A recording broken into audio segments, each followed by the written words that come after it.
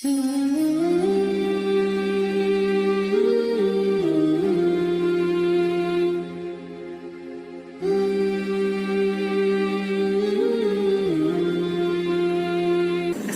warahmatullahi wabarakatuh.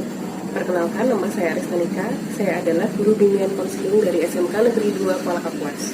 Pada hari ini, hari Senin tanggal 23 November tahun 2020, saya akan melakukan layanan bimbingan konseling klasikal untuk memenuhi uji kinerja TPG Prajabatan Angkatan Kedua tahun 2020. Selamat menyaksikan.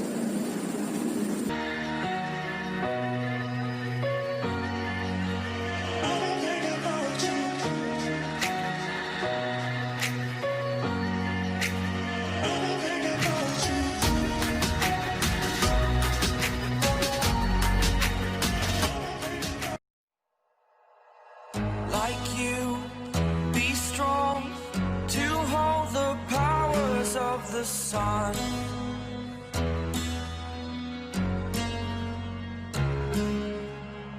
To dream, believe in strength. Now I'm the only one, only one.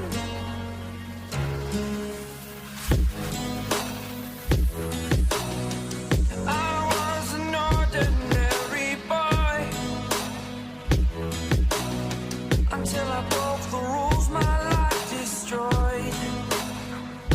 Life destroyed. Until I walk awake, scream my mind, I shout, the ground shakes.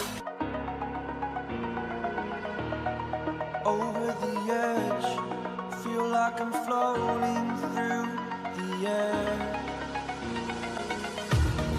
Pain I felt is paid for, all is said and done.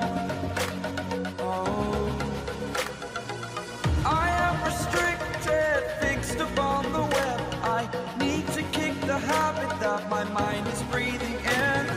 Break out, I've got to see. Spent all my life holding all of it closely. I played it innocent, a feel of discontent. I'm finally facing it all, fearless.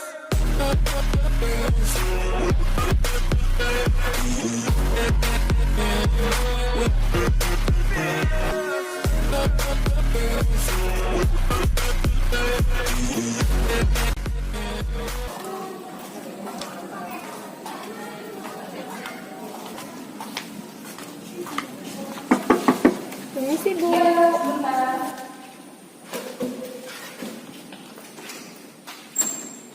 Isa. Silakan masuk, silakan. Ayo, mari silakan. Ini saya tutup pintunya nggak apa ya? Iya, nggak apa. Yuk, silakan Bu. Iya, Bu.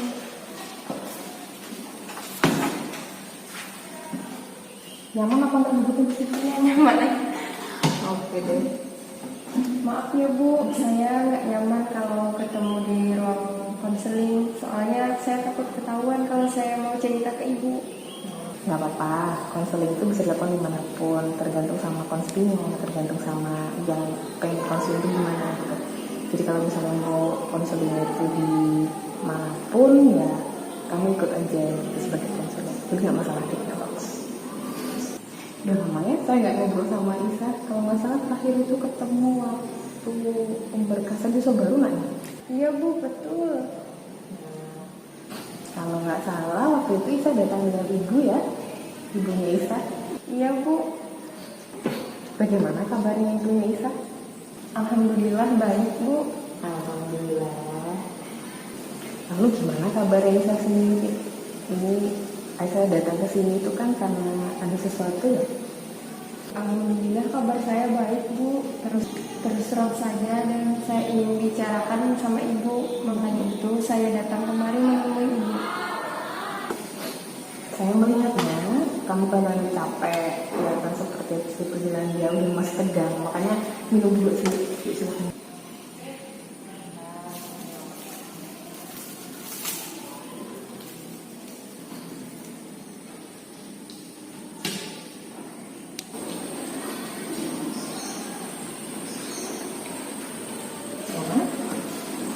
Sudah lebih rileks? Sudah lebih rileks lagi ya? Nah, baiklah. Jadi begini, memang kehadiran Ibu di sini untuk membantumu menemukan solusi dari permasalahanmu. Jadi nanti saya akan bercerita, apapun yang saya rasakan, saya akan menceritakan. Kemudian kalau ini Ibu ingin bisa tahu bahwa ketika bisa bercerita, itu akan terjamin kerahasiaannya. Jadi kalau di kami konseling itu dibilang itu asas kerahasiaan gitu. Jadi jangan khawatir bahwa ceritamu itu akan tersebar atau diceritakan ke orang itu, nggak akan seperti itu akan dijamin kerahasiaannya. Kemudian waktu kita untuk konseling ini sekitar 40 menit lah ya. Apakah bisa dalam waktu itu kita melakukan proses ini? Bisa, Bu. Oke, baiklah. Ibu mengerti Nana, mungkin memang masalahmu tuh berat untuk diceritakan gitu ya. Tapi tidak apa-apa, silakan mulai cerita, Ibu akan mendengarkan. Sebenarnya saya bingung dengan masa depan saya, Bu. Bingung dengan masa depan? Iya, Bu. Sebenarnya saya tuh ingin sekali masuk jurusan tata busana, Bu.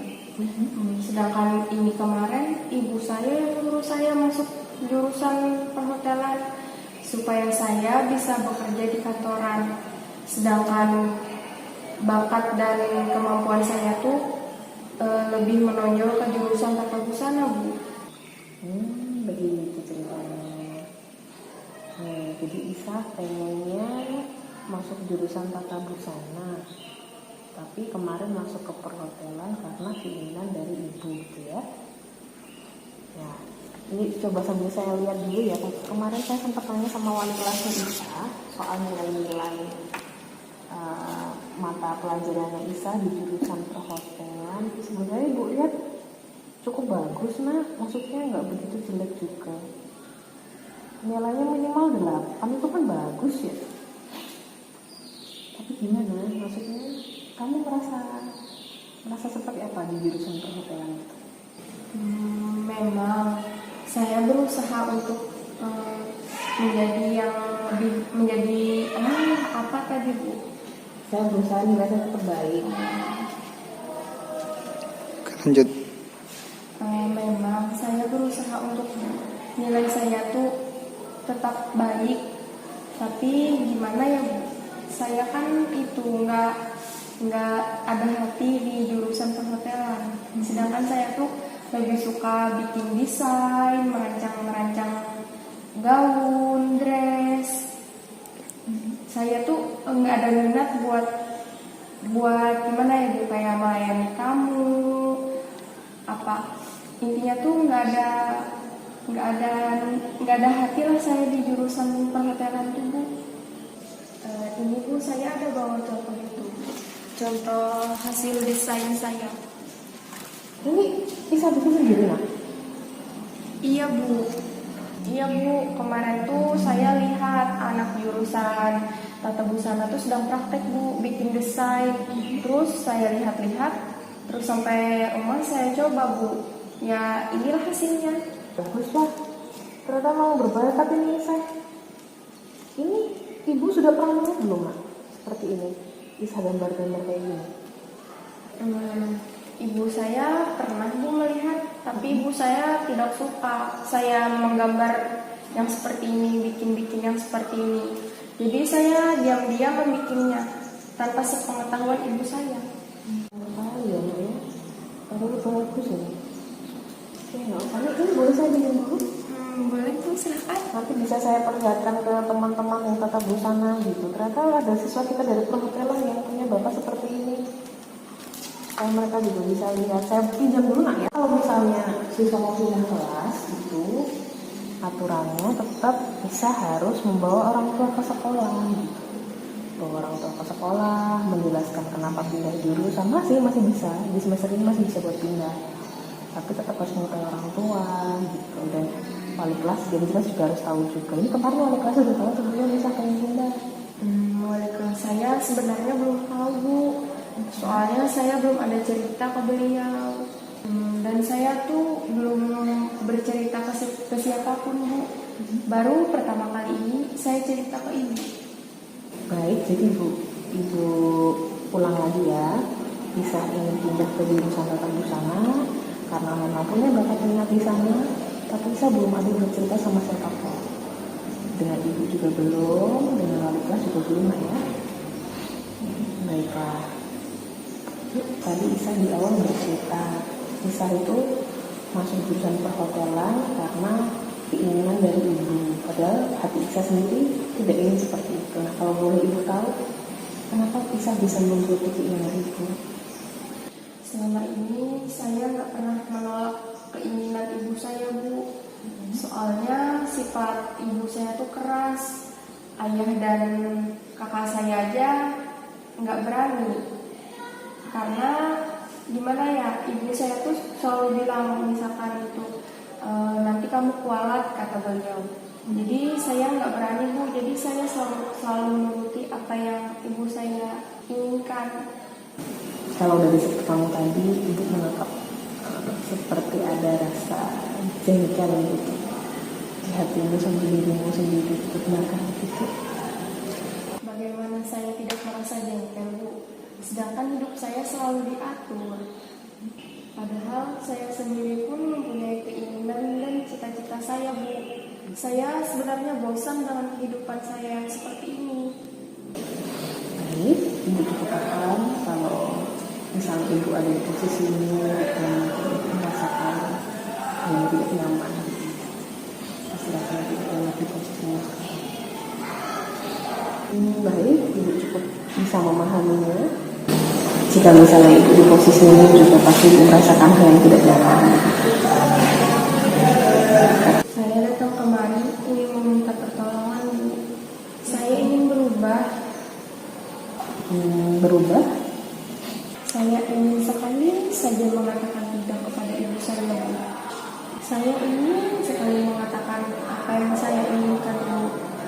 Tapi saya juga tidak mau kalau beliau tuh marah, Bu. Saya tuh sebenarnya ingin sekali, Bu, masuk jurusan yang sesuai dengan minat dan kemampuan saya, Bu. Karena itu semua berpengaruh, Bu, sama masa depan saya nanti. Sedangkan saya pun juga tidak ingin dicap sebagai anak durhaka sama ibu saya, Bu. Jadi ibu ambil kesimpulannya, kamu tuh sebenarnya ingin bisa berkata tidak sama ibumu, ingin mengambil sikap sendiri gitu ya. Tapi di satu sisi juga kamu tidak ingin menyakiti hati ibumu dan dicap sebagai anak durhaka gitu. Ya, Bu, saya selalu mengikuti keinginan ibu saya tanpa memikirkan keinginan saya sendiri, Bu. Apakah saya ini boneka? Saya juga manusia, Bu. Saya juga mempunyai perasaan dan keinginan, Bu. Baiklah, jadi menurutmu sumber masalahmu di sini adalah ibumu sering sekali memaksakan kehendak, dan kamu akhirnya mau tidak mau menuruti keinginan ibumu karena takut dicap sebagai anak durhaka. Benar begitu? Iya, Bu. Jadi menurutmu tuh selama ini kamu selalu diperlakukan semena-mena gitu nak ya? Jadi selalu mengikuti apa yang ibumu inginkan tanpa bisa menunjukkan kemauanmu sendiri. Benar begitu kan? Iya, Bu. Nah, jika demikian, mari kita coba gali lebih dalam lagi. Sebenarnya hal yang membuatmu itu tidak berani untuk menolak perkataan ibumu itu apa? Tadi kan sudah saya katakan, Bu. Saya takut dengan ibu saya. Saya takut dicap sebagai anak durhaka, tidak berbakti kepada orang tua. Dan saya juga takut kualat, Bu. Sudah pernahkah kamu mencoba sekali saja begitu untuk menolak keinginan ibumu? Kamu setuju nggak dengan apa yang ibumu lakukan? Tidak, Bu. Soalnya bapak dan ibu saya pernah bilang, kamu itu anak cewek, jadi harus nurut apa perkataan ibu. Soalnya nanti kalau kamu nggak nurut, terus nanti kalau misalkan kamu kualat, hidupmu nggak bahagia. Begitu kata beliau berdua. Jadi ya mau nggak mau dengan terpaksa saya tuh selalu mengikuti keinginan beliau. Saya ingin sekali tidak setuju, Bu. Tapi bagaimana lagi?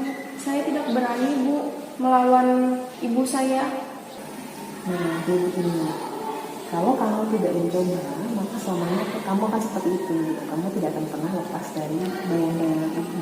Kamu tidak akan pernah jadi mandiri dan ya selalu mengiyakan saja apa yang ibu katakan. Jadi sebenarnya saya harus melawan, Bu. Nah, pada hari ini saya akan mengajarimu cara untuk supaya kamu tuh bisa jadi dirimu sendiri. Ada teknik yang namanya kursi kosong gitu. Teknik ini akan membuatmu mampu untuk berkata tidak kepada ibu. Kursi kosong. Ya. Nah, jadi dalam teknik peran kursi kosong ini nanti kita harus berperan jadi dua karakter. Satu tuh karakter yang berkuasa, atau di bahasanya itu karakter top dog, orang yang berkuasa, orang yang menguasai. Dalam hal ini ibu. Kemudian kamu juga harus bermain peran sebagai dirimu sendiri, sebagai orang yang menguasai atau underdog. Jadi nanti jadi dalam dua kursi kosong tadi bisa akan berperan sebagai dirimu sendiri dan juga berperan sebagai ibu. Nah, untuk lebih jelasnya kita bisa ke kursi spesial kegiatan sebelah sana. Oke, silakan. Bisa pilih tempat duduk yang nyaman, sebelah sini atau sebelah sini. Nah, di kursi ini bisa akan berperan jadi anak, jadi dirimu sendiri, jadi underdog, jadi bagian yang dikuasai. Jadi kamu ingin berbicara dengan ibu yang ada di kursi sebelah sini. Jadi kamu bayangkan, ibu ada di sini, kamu ingin bicara apa? Apa yang ada dalam perasaanmu, apa yang ada dalam pikiranmu, siapa yang kamu sampaikan dengan ibu yang ada di sini. Gitu ya. Saya Bu. Iya, nggak apa-apa, gini aja. Pisahkan nafas panjang dulu. Keluarkan pelan-pelan, coba relax, tarik nafas panjang. Dan pelan-pelan, relax lagi. Sudah lebih relax? Oke, kalau sudah relax berarti sudah siap? Insya Allah siap, Bu. Insya Allah. Sekarang bisa bayangkan ibu sedang duduk di kursi ruang tamu rumah Isa. Bayangkan ibu dengan baju apa, kemudian dengan suasana seperti apa, ibu sedang bersiap-siap untuk memberikan nasihat kepada Isa. Ibu saya sedang memakai daster warna merah dan sedang duduk di ruang tamu, Bu. Sekarang Isa bisa pindah ke kursi di sebelah situ karena saya akan meminta Isa untuk menjadi figur ibu yang sudah siap untuk mengatakan nasihatnya kepada Isa. Ya, silakan. Kamu ini anak ibu, tidak boleh mempermalukan keluarga, harus menjadi kebanggaan keluarga. Lulus SMK, kamu harus bisa kerja di kantoran atau hotel, mencari uang sendiri, agar teman-teman ibu tuh bisa kagum sama kamu. Itu yang ibu ingin katakan ya. Baik, sekarang saya akan meminta Isa untuk pindah ke kursi sebelah sana. Nanti Isa berperannya di situ sebagai diri Isa sendiri. Silakan Isa tuh cerita, bilang, ngomong apapun yang ingin Isa katakan sama ibu. Jadi anggaplah memang ada ibu di sini dan Isa ingin bicara yang sebenarnya, apapun yang ada di hati dan pikiran Isa. Ya, silakan pindah dulu sini sebelah sini.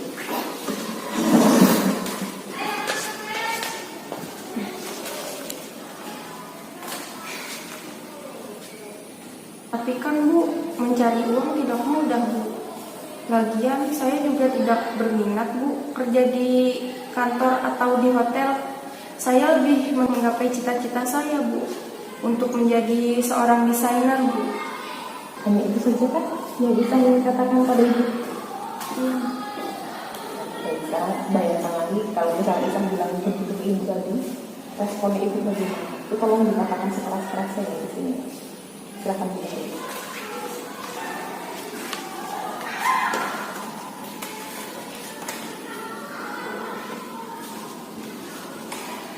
Oh, kamu udah mulai ngelunjak ya sama ibu.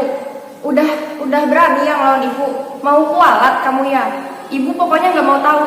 Kamu tetap harus ada di jurusan perhotelan. Oke, mantap. Sekarang kamu pindahkan kursi sebelah sana. Kemudian katakan apa yang ada dalam pikiranmu ketika ibu tadi bicara hal seperti itu. Ya.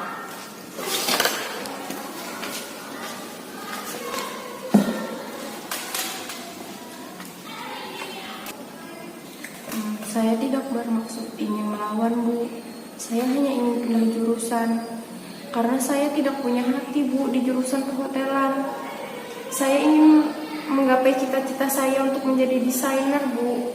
Saya mohon, saya ingin pindah jurusan, Bu.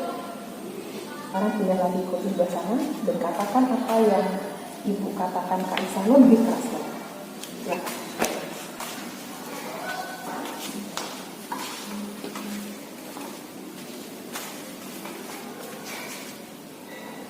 Oh, kamu benar-benar sudah berani melawan ya? Semua itu demi kebaikan kamu sendiri. Kamu tuh masih anak ingusan, belum tahu apa-apa. Ibu yang lebih tahu, karena ibu tuh sudah lebih lama hidup daripada kamu. Ibu tuh ingin yang terbaik buat kamu. Kamu mau kualat ya sama ibu? Baik, ini tampaknya sudah sampai klimaksnya. Saya akan minta kamu buat pindah ke sebelah sana lagi. Silakan katakannya sekeras-kerasnya apa yang kamu sampaikan ke ibu, ya. Sudah sini.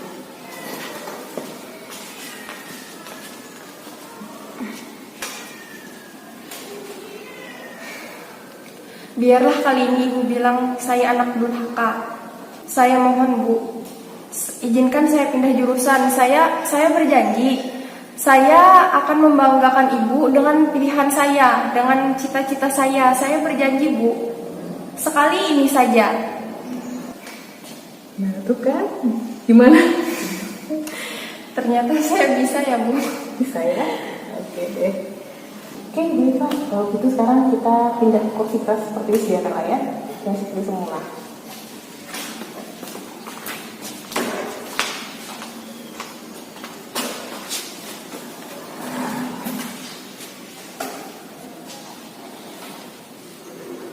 Nah, tadi kamu bisa loh ternyata bilang ya. Iya, Bu. Mulai ini.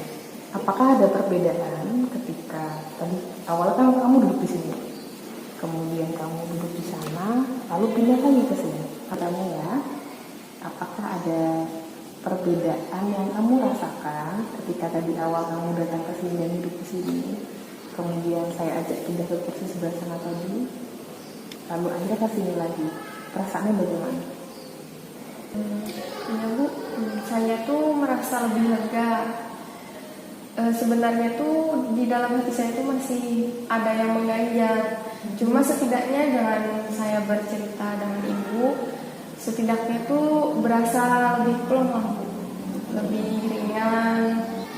Nah, terkait dengan permainan trauma yang kita lakukan tadi, itu apakah ada perbedaan perasaan yang kamu rasakan dari yang sebelum sama sesudah bermain peran tadi? Ada, Bu. Saya tuh merasa heran sama diri saya sendiri, Bu.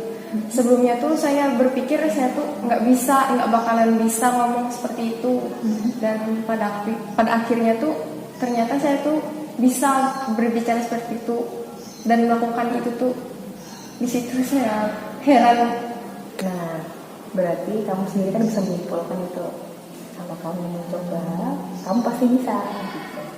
Nah, permainan peran ini tadi itu fungsinya bukan hanya untuk perlakuan atau peranmu dengan ibumu saja, gitu, tapi juga dengan lingkungan sosial, dengan teman-teman, dengan siapapun yang kamu temui. Gitu. Jadi harapannya setelah bermain peran seperti ini, kamu jadi bisa lebih percaya diri untuk mengatakan apa yang ingin kamu katakan kepada orang lain.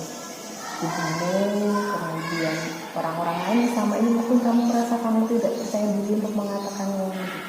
Iya, Bu. Terima kasih banyak. Saya nanti akan mencobanya. Baik, memang harapan ibu kamu bisa mencobanya gitu, karena kan kalau tidak kita praktekkan kan sia-sia saja yang kita lakukan pada hari ini. Nah, tapi ibu juga ingin tahu juga progres perkembanganmu, nak.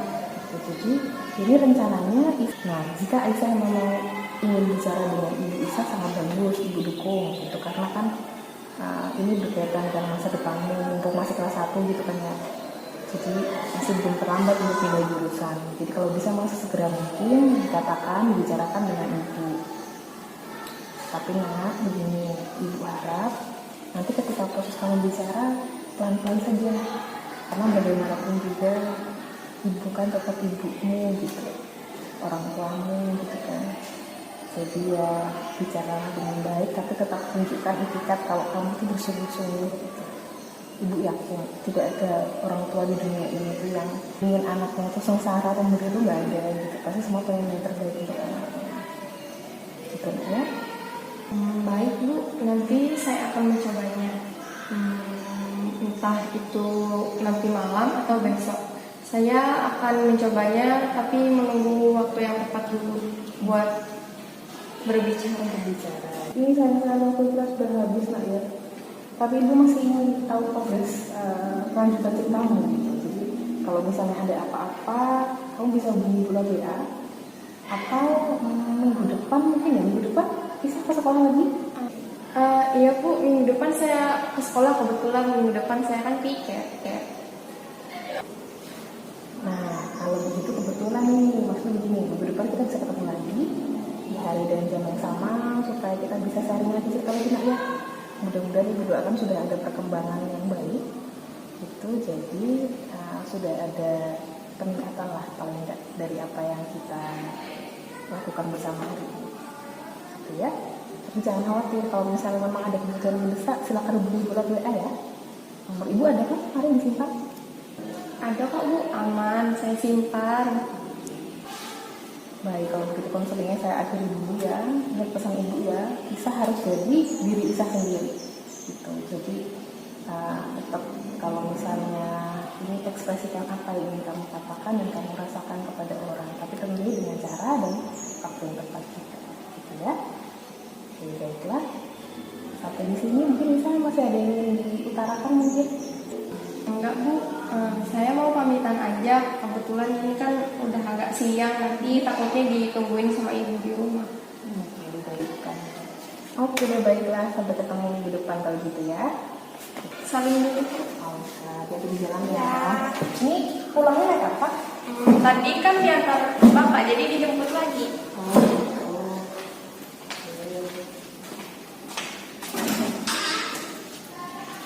Hati-hati Isan ya. Salam buat ibu bapaknya. Sampai ketemu lagi minggu depan ya. Oke Bu. Hati-hati di jalan.